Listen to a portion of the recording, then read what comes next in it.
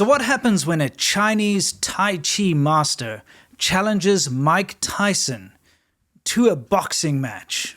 泰森是抡圆了胳膊，而你是用腰去对付他，永远不可能打到。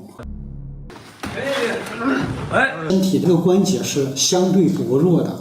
您和泰森或者梅威瑟去较量，您的胜算很大吗？起码不会输，我只需要去碰到他的拳或者是胳膊就足够了。大家听声啊！大家听声啊！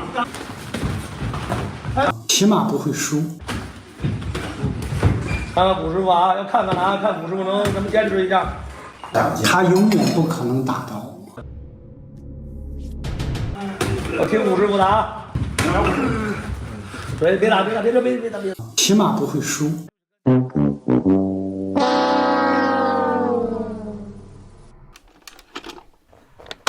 So why would this guy have this crazy idea that he could beat Mike Tyson in a one-to-one match?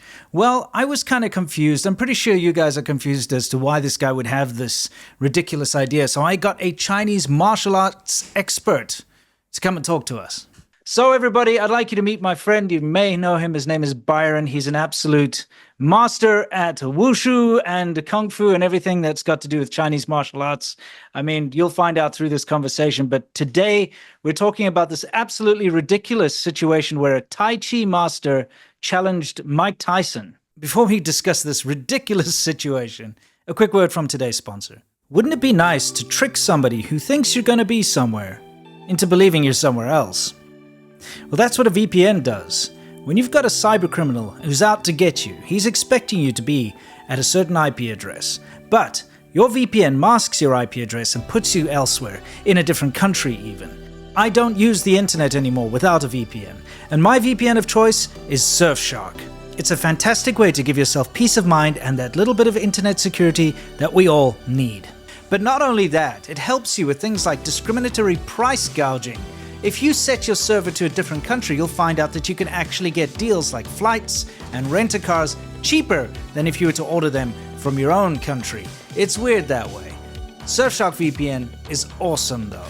Check it out to get some peace of mind, give yourself that extra little bit of security, and take advantage of all the extra services like being able to watch videos that are blocked in your country online. Go to surfshark.com/serpentza to get a huge discount off of a 2-year plan, plus 4 months extra. Hey babe, I just got us 4 months extra of Surfshark. Again, go to surfshark.com/serpentza and use the code serpentza. And now back to the show. Can you maybe fill everyone in? All right, so once again, this has been an ongoing thing. We spoke about this last time. In fact, I was on your show because there was another gent who was a Tai Chi gent. Now, this, again, please don't take this as a blotch or a bad mark on Tai Chi. It's more a blotch and a bad mark on these individuals, and that's what I think gets lost in the discussion. But it was a similar situation, and in fact, it involved a similar guy. In that case, it was a Tai Chi master called Ma Baopo. And he was, prior to that, challenging Xu Xiaodong, who had kicked up a whole stir and made a whole lot of problems when he beat, initially, once again, yet another Tai Chi master in a couple of seconds. And since then, a whole bunch of people had been challenging him. He was getting challenges left, right, and center. Yeah. Sorry to interrupt you, but for those of you who don't know who Xu Xiaodong is, he's an incredibly well-known MMA fighter, correct? Yeah, so he called himself China's first MMA practitioner. At that time, MMA was very underground here. So he is a pioneer in the sense that he started transitioning and introducing concepts and studying other concepts into it. But he himself wasn't in there was no professional leagues and things like that for him to fight in. What you were talking about earlier, the thing that really made him famous is he called out these Tai Chi and these Kung Fu guys who were pretending that they were so powerful and they could beat anyone in a fight and that their Kung Fu was so great. And he called them out and beat them in seconds. And that was his kind of rise to fame, correct? Yeah, well, his big rise to fame was, and what he called Dajia. But he used to say Dajia. He wants to fight frauds. So he wasn't against martial arts, Chinese martial artists per se. These people, and it started off with a particular person called Wei were making claims that were utterly ridiculous. In fact, the night before he fought that Wei guy, I was at his gym and I was talking to him about this issue. And I didn't even know anything about, nobody knew anything about this issue. So he's like, I'm going to fight some Tai Chi guy. I'm like, why? So the guy made a whole bunch of false claims. I called him out. He said he'd show me. So we're having this match. They're just ignorant. They don't know what they don't know. Like they think they actually are supremely powerful for some reason. They've and maybe it's a mental issue. Maybe these people genuinely have some sort of psychological issue. Well, they drink the Kool-Aid. I mean, think about it. They're practicing this martial arts and they, read all this stuff about it and they learn all this stuff about it and things get passed down. And I guess they just never challenged really. And they just believe it. They believe like, hey, they've got supernatural powers. But yeah, definitely a lot of frauds. And that's where Xu Xiaodong came into play, is he really exposed the level of these frauds, and it was kind of interesting to see. So, I mean, what's the deal with this guy challenging Mike Tyson, though? Because that's ridiculous. He's just another guy who obviously is deluded and got delusions of grandeur. And he thought that, he can generate an immense amount of power. Now, how you quantify that realistically would be to go in and actually test it. Like, the only way I would open my mouth and say that I can help somebody improve with something is that I've genuinely tested it in an environment or a setting that is related to what we're talking about. And that doesn't mean just even punching a bag is not enough. So if you're striking a bag and you're hitting it really hard, maybe you could say something like that. I don't even think this guy did that. He just had these ideas on body mechanics. Now, to be clear, Chinese martial arts, and particularly internal styles, which are classified as internal styles, of which I do too, I do Shin and Boxset, they are heavily focused on the refinement of body mechanics. And they do have body mechanics that are very good for understanding whole body power to generate more power. So this guy obviously thought, well, I can show Tyson a thing or two. Mike Tyson's the wrong person to even think about this, because Mike Tyson's striking style is whole body. He was literally, he used a peekaboo style, which is a style that comes up very close with huge rotation when he strikes. He had massive body rotation. That's obviously whole body power. He can hit very, very hard. So to say this just shows that this guy was deluded, had delusions of grandeur, and he didn't actually know the reality. And he thought, I'm just going to open my mouth and say this. But this guy, once again, went to try out on Xu Xiaodong, who's very reluctant because he's basically not allowed to fight. They made that very clear. His old gym that we were training at was shut down for odd reasons. We won't get into that. After all of this, he was an embarrassment. He embarrassed the whole, propaganda of Chinese martial arts. Yeah, there was a lot of propaganda going on, very deliberate at that time with that goal. And I think they could have done this a different way, because Chinese martial arts is, as we've discussed before, immensely valuable. I think it's a practice that is hugely beneficial to anyone who does it with a real teacher, not with one of those frauds, with a real teacher who's got a good, So they could have done it a different way. There was a lot of fakeness going on, and I think he exposed that, and it kind of stopped since he did what he did. So that's the positive that came out of this. Yeah, good. But this guy went recently to Xu Xiaodong, and Xu Xiaodong didn't even challenge him himself. He said, you fight one of the guys that's here, one of my junior coaches, or one of the guys that's there, and he got the video is out there. He just got hit once or twice, and that was the end of that. So it's like Mike Tyson says. In fact, it's very apt what Mike Tyson says in this situation. Mike Tyson says, everybody's got a plan until they get punched in the face. Yep. And that's exactly what happened here. That's one of my favorite quotes, literally one of my favorite quotes. You can apply that to anything in life, Yeah. Yeah. Now, I've got a question for you. Because, of course, I watched the video of him talking about how he's going to beat Mike Tyson. And I'm curious about this technique he was saying he would employ, about using his waist and, grabbing Mike Tyson's fist or arm or whatever. Can you explain what he was trying to achieve? Again, this is coming back to the ideas that are incorporated within what we call internal styles heavily, although internal stylists also seem to forget that so-called external style. That's why I don't like the differentiation between the two.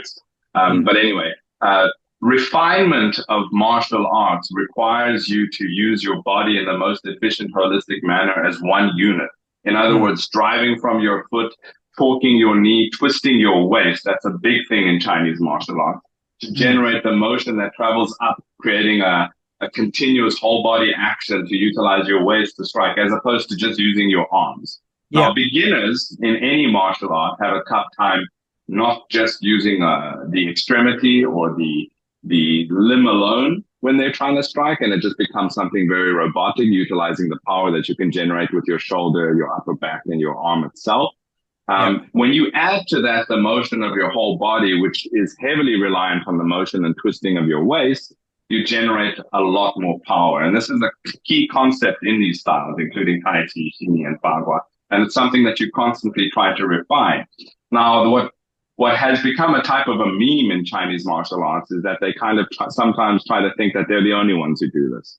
Right. They think that everybody doesn't know this, and they're just, they've got hundreds and hundreds of years of boxing in the West, and in fact, Europe had its own martial arts system, including weapons that have just kind of been, fallen away due to practicality purposes. They don't seem to fathom that other martial artists probably came to the same conclusion. And if somebody is boxing every day, you'd imagine that at the highest level, when it's a professional sport, they'd figure this out. This guy just assumed that nobody knew this, and he's going to help teach or use this superior body mechanics to beat Mike Tyson. Meanwhile, Mike Tyson's body mechanics, especially in his prime, he'd take your head off. Absolutely. So, yeah. Nobody ever wants to be on the receiving end of Mike Tyson's punch. That's for sure. Exactly. Let's see whose fists are the fastest. Yours or mine? So again, it's just self-delusion and ignorance. That's one of the things that I think you've heard of this Chinese saying, 井底之蛙, which means the frog at the bottom of a well. Oh, yeah. So that's very apt to this situation. A lot of these people, for better or worse, they don't have access to a lot of outside information easily, etc. So they've made assumptions based on what they don't know. They're like the frog at the bottom of a well who looks up at the sky and thinks that's the entire heaven, right? They only see that little portion. They think they know everything. That's right. So, yeah, that's the issue here. And a lot of the times it's by situation, but a lot of the times it's by them being deliberately ignorant, Correct. That's a character issue. Well, okay, that explains it. So I think everybody can understand why you saw this guy getting the absolute bejesus, beaten out of him by somebody who's much shorter than him, by the way, and smaller than him as well, which I think kind of really adds insult to injury here.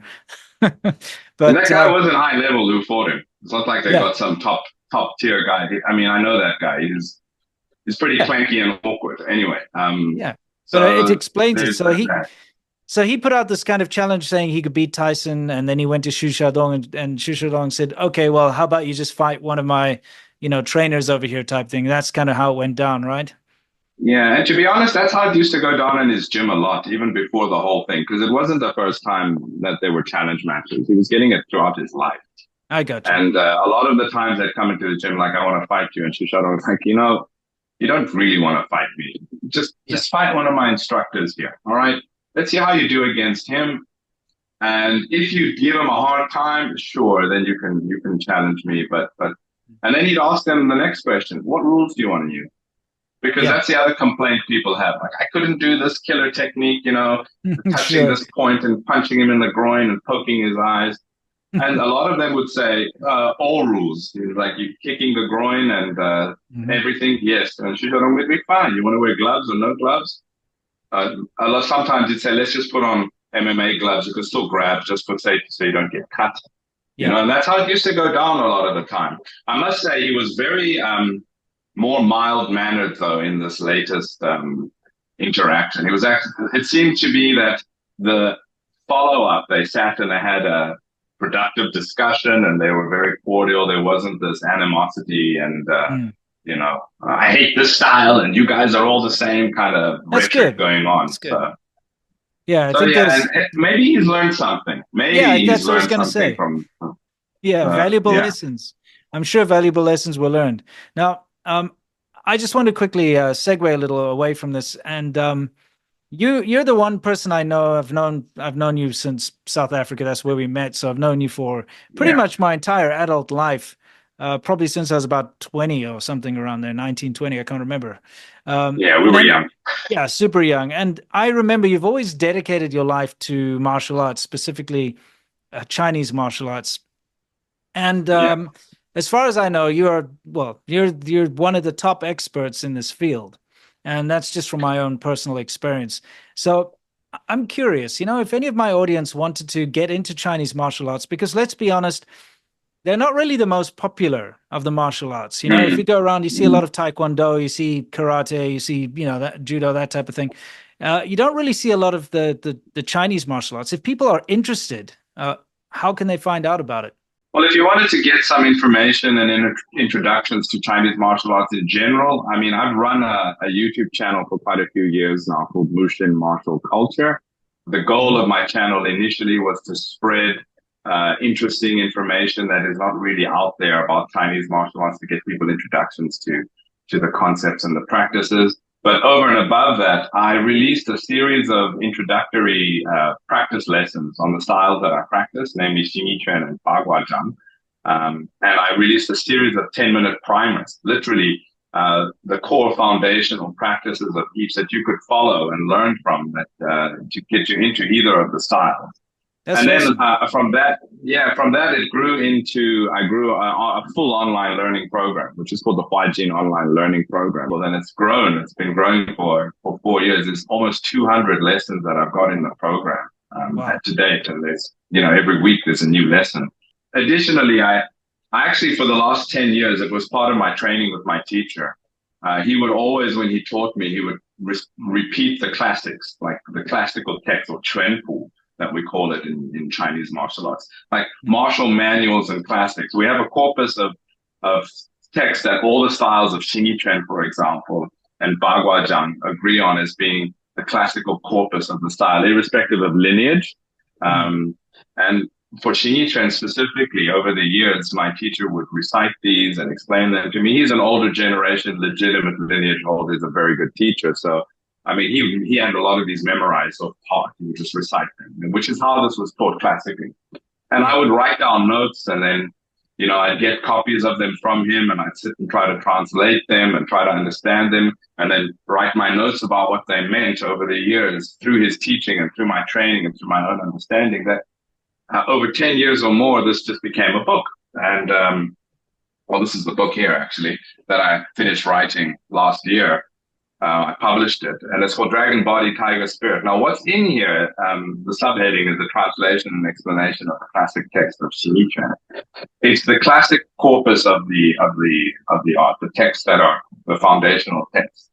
It's the original Chinese translation, not as in a direct translation, because that does not work if you're trying to explain something, specifically with the classical way that they used to write.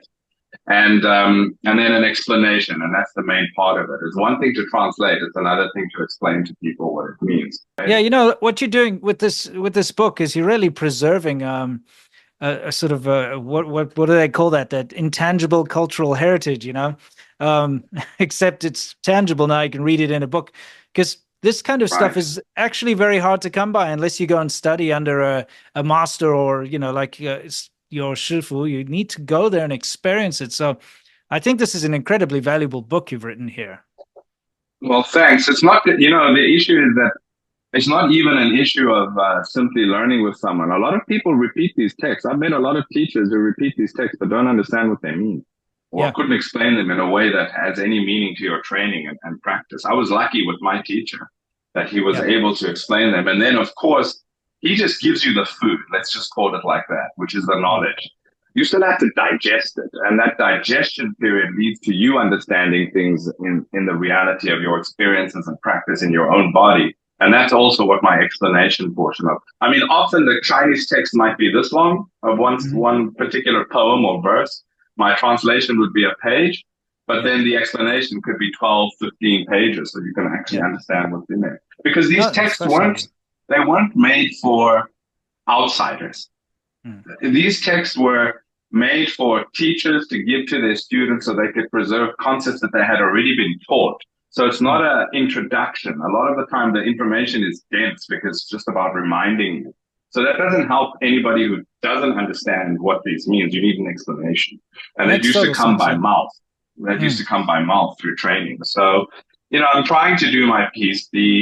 Some of the texts were in other publications in the past released in the West in English, but they were, either direct translations without explanation, which again leaves you almost as clueless as when you read it in Chinese and you can't even read Chinese. Yeah.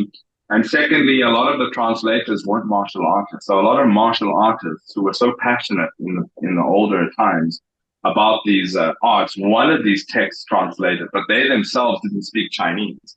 So they had to get a translator who often wasn't a martial artist. Well, that's excellent. I mean, look, there'll be links to everything down below, links to your channel if people are interested in taking some of your primer courses or looking at it or finding out about martial arts, and obviously your book. I just want to say a massive thank you for coming on here. It's always a pleasure to talk with you. Obviously, we're good friends, but to have you on, because I do consider you a foremost expert on the subject, and I wanted everybody to, learn about this ridiculous incident, but it adds so much more value to have you here. So thank you once again. No, well, thanks for having me. It's always good to talk to an old friend. I always have fun being on your show the couple of times that I've been on. And most importantly, I think it also is, it shows that there are valuable parts to Chinese culture, history. Yeah. There are valuable parts to its practices and its traditional things. And a lot of people seem to always focus on the negative, but there's a lot of positive there too. Yeah. And they sometimes misconstrue, what your efforts are to think that you're always, focusing on one side when that's not the case at all. So. Yeah, I appreciate that. Thanks. Because absolutely, Chinese history and tradition is very rich, and it's incredibly valuable. I'm just kind of sick and tired of the nonsense, the flashy cities and the propaganda and so on, Oh, that's a whole different topic. Yeah, exactly. For sure. And like I've said, I think in our last thing, culture and its history and these practices are older than any political regime, any dynasty even. So, this will outlast anything, and it doesn't matter what tries to detract from that today. This is something completely disconnected. Awesome. So, Well, thank you. And we'll definitely have you on again. And if you guys like to, have Byron back on, please let me know in the comments. But of course, go check out his channel and leave him a comment and subscribe. Awesome.